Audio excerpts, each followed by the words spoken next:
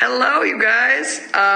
Storm Pajama session number 11,062 here in the year of our Lord. Who the fuck knows where and when we are? But how are you guys? How are you doing?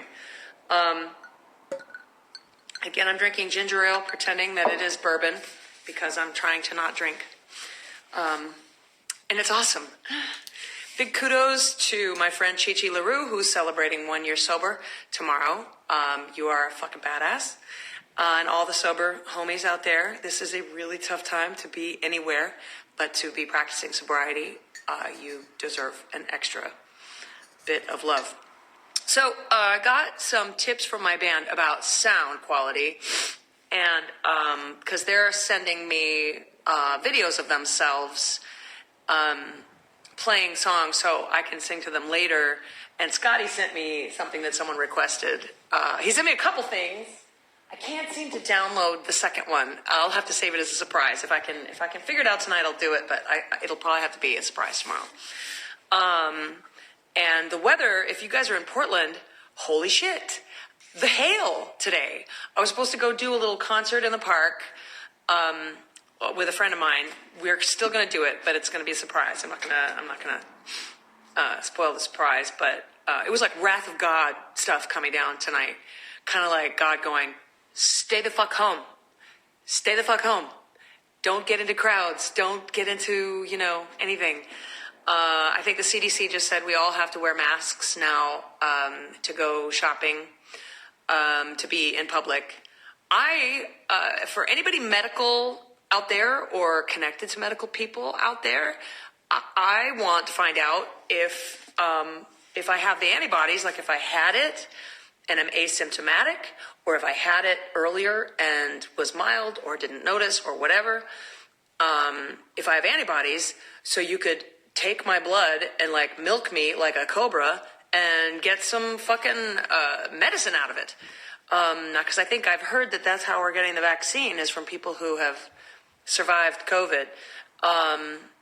So maybe we can all join in on that.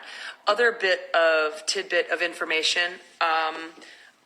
I understand that there are some hospitals that are not allowing nurses to bring in their own PPE. I get that you're not.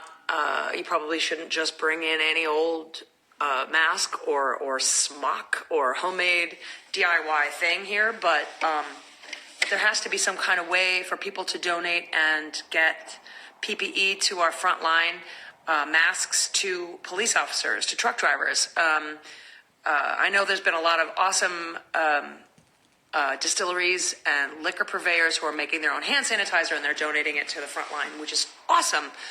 But how are we going to protect the nurses? Because they are exhausted. They're going to get more exhausted in the next couple of weeks. We're going to see a super spike.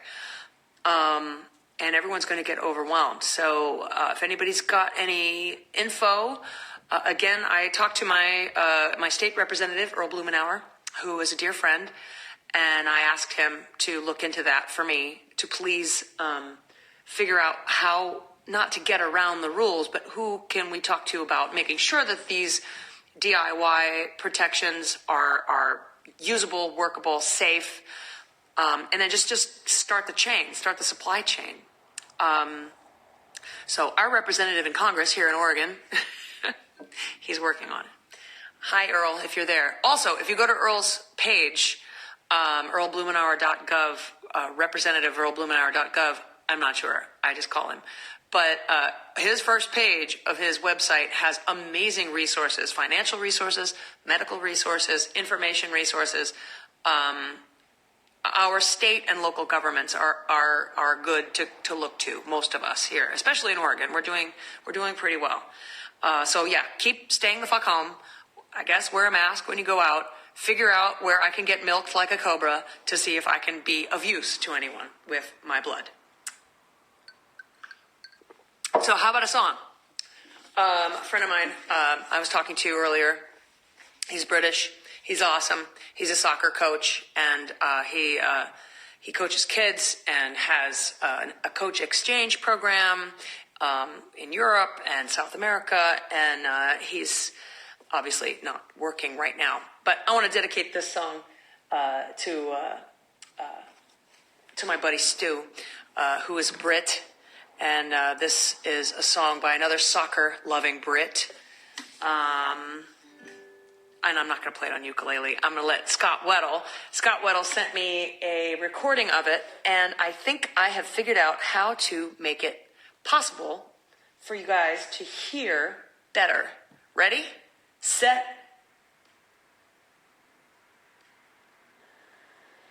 And action.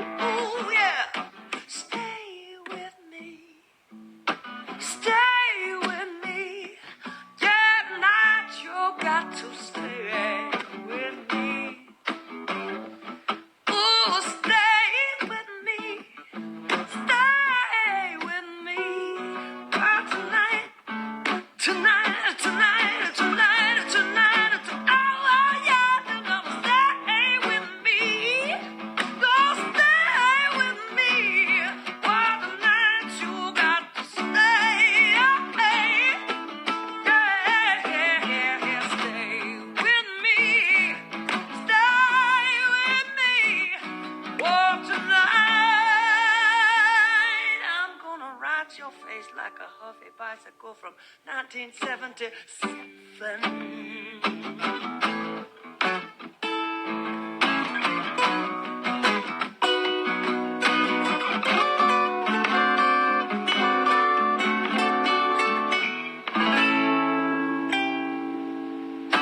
Thank you, Scotty.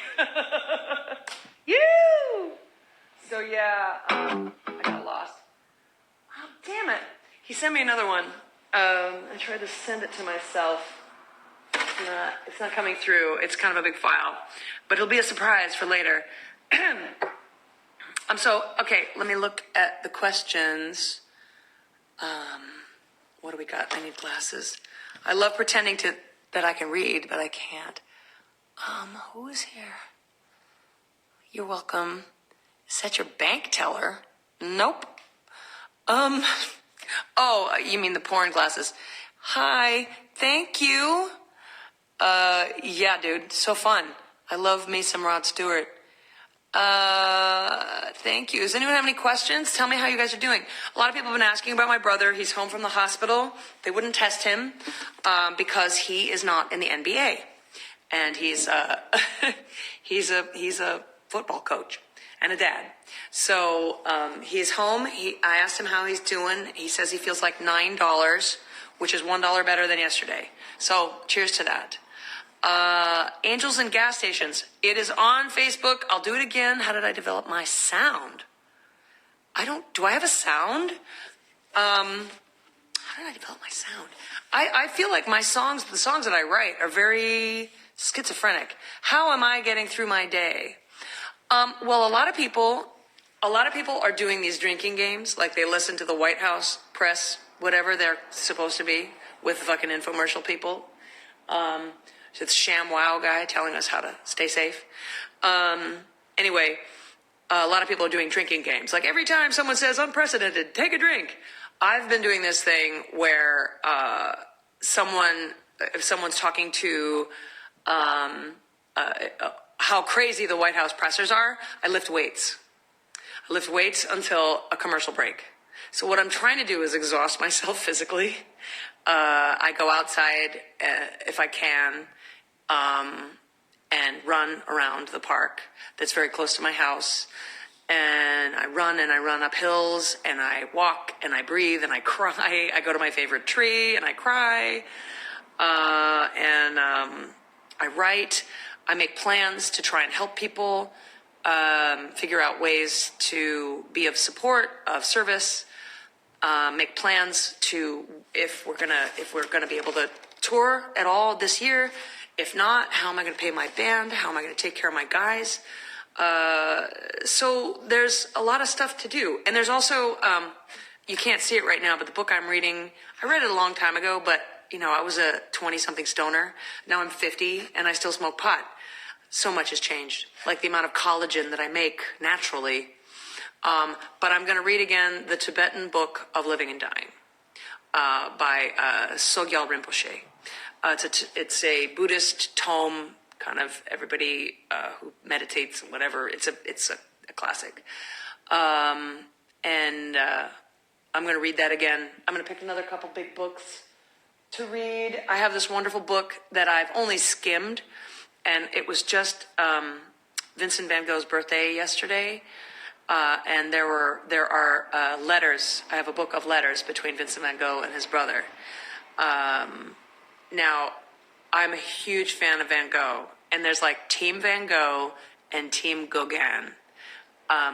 If you've ever seen, you've definitely seen Gauguin. Gauguin is very wet paint and juicy brown-skinned girls with juicy fruit, and it's like one layer, one stroke, one very easy, very almost casual application of paint, because he's like getting a Hummer from the chief's daughter, and he was just living in the West Indies for a while with these beautiful island girls, and he would write letters to Van Gogh and just say, dude, you gotta get to the tropics, man. That's paradise. You gotta get here. I paint, I fuck, I drink, I eat mangoes, and everybody thinks I'm a genius, and this is awesome. But Van Gogh, of course, was like, like covering, like a tulip would throw him into a fucking spin, and there was so much paint. If you go to a Van Gogh painting and you get close, if they let you get close enough to it, you'll see,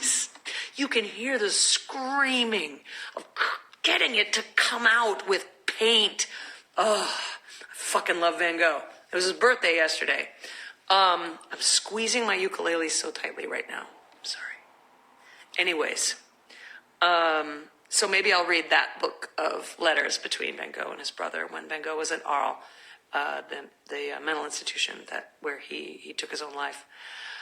Anyways, enough about madness and art. Your wife is a nurse. Can you sing something for nurses? Yeah. God. Oh, I wish I had a rah-rah fight song. God bless the nurses, and God bless, I probably freaked him out, but I saw people, the garbage guys up the street when I went on my run this morning. The garbage guys collecting the recycling and the garbage, and I was just like hooting and clapping, and they're just like, what the fuck is this cougar? I was like, thank you for keeping some kind of normalcy going on. Thank you for showing up and dealing with the dirtiest part of us, doctors and garbage collectors. There's just like a little thin membrane between that, dealing with us. So, I heard some people, cheering tonight, 7 p.m. Portland, West Coast time at 7 p.m. We all cheer for our first responders and banging on pots and pans. And it's getting louder every 7 o'clock every night, which is great because, it's not masks, it's not protective gear, it's not money, but we see you. We see you and we need you, and we're so grateful. We're so thankful. My little sister's doing good. She's tired. She's at work, I think, tonight. So, Oregon, you're doing well. You're doing well with keeping your curve kind of flat, staying away from each other. It's not goodbye. It's just see you soon. So please be safe with each other. I will play another song, definitely. I think Scotty might have sent another one, did he? He did, but I have to get it off my phone. We're going to do a surprise song. I'm going to try to, if it's nice out, the weather's starting to lighten up a little bit this week. And so I'll do another porch concert with James, and I'll try to do a porch concert with Scotty and with Matt. Greg is all the way in Minneapolis, so he's going to just have to keep sending me videos and recordings and whatnot. But let's see, what can I...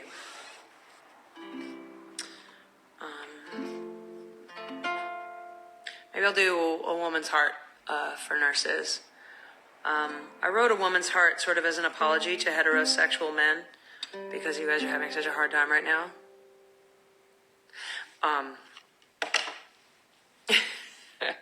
And it was inspired by a breakup with a pretty abusive person who sort of excused their abusive behavior as if they were being victimized.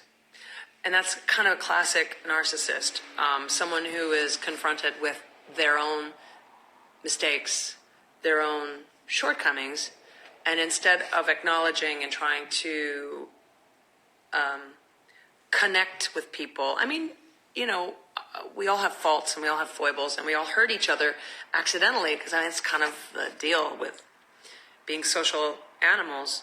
And I know I have fucking just totally hurt people's feelings by accident, trying to be funny or thinking I'm hilarious or my bullshit mouth, and I try to own that, and I try to have self-awareness.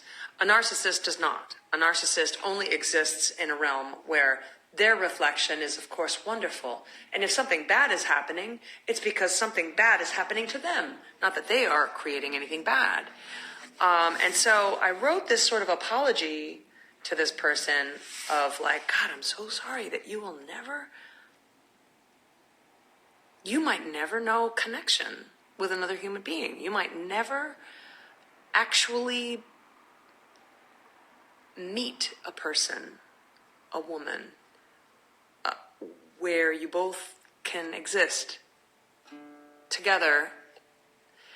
It's hard to explain. Anyway, but that's how I wrote the song. And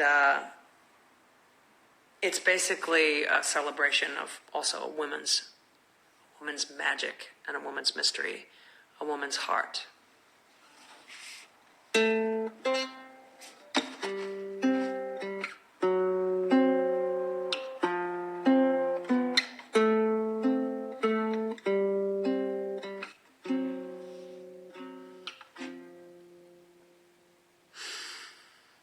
You will never know a woman's heart, just can't see that far down such a long and pretty road that you'll never go. you might haunt her every dream, and you might have a name she screams, and you can tear her whole world apart and never know a woman's heart.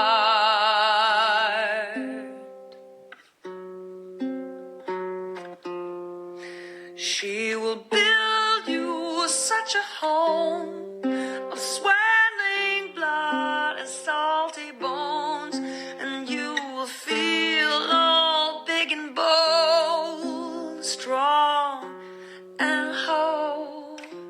Then out of nowhere she will go, short and sharp and icy cold, and she will stare right through your soul, lay all the pain of a dirty window. You'll never know a woman's heart. No one can see it through the dark, but you can let the thunder roll until it's gone. Ooh. So open wide your hand, the chest, put down your bat, pick up your best, believe the fire from the spark resides within, and underneath warm salty water, understand that heaven's daughter is deeply scarred, without a mark and forever love you.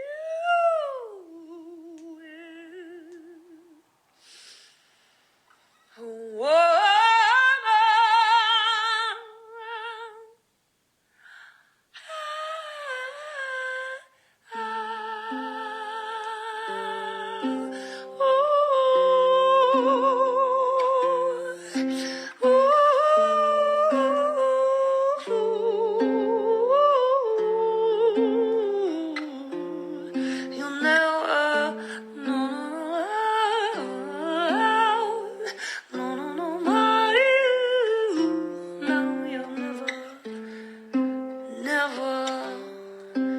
never know.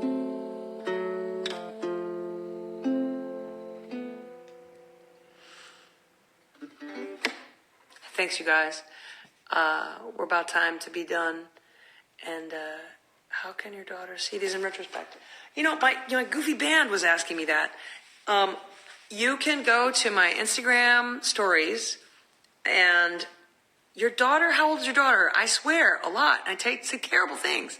Anyway, go to my Instagram stories, and there's a thing, story or feed and live. And you can click on live, and it's up there for like 24 hours.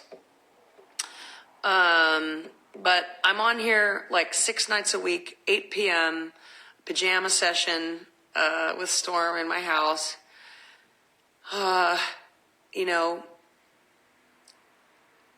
This is hard. I think we're all kind of getting over the initial huge bumps and humps and lumps, and we're kind of getting used to it. But as hard and as sad and as scary and as totally like unprepared that we could ever be for something like this, God, I've seen such amazing, beautiful behavior and thoughtfulness, kindness, ingenuity. A lot of people are working really hard to take care of other people. It really is sort of shining a light on the super turds, the super fucking turds that are just trying to get a buck or trying to, scrabble some power while people are distracted, or people who are just sucking up, kissing ass. But boy, oh boy, oh boy, is the chorus of kindness so much louder than them. So continue to be singing in the chorus of kindness, all of you guys. And I will try to do the same. I'll be back here tomorrow night at 8 o'clock, West Coast, left coast time, This is Storm. This is Pajama Session number 11D17T2. Yeah, take care of yourselves. Take care of each other. Do the right thing. Don't touch your face. I love you.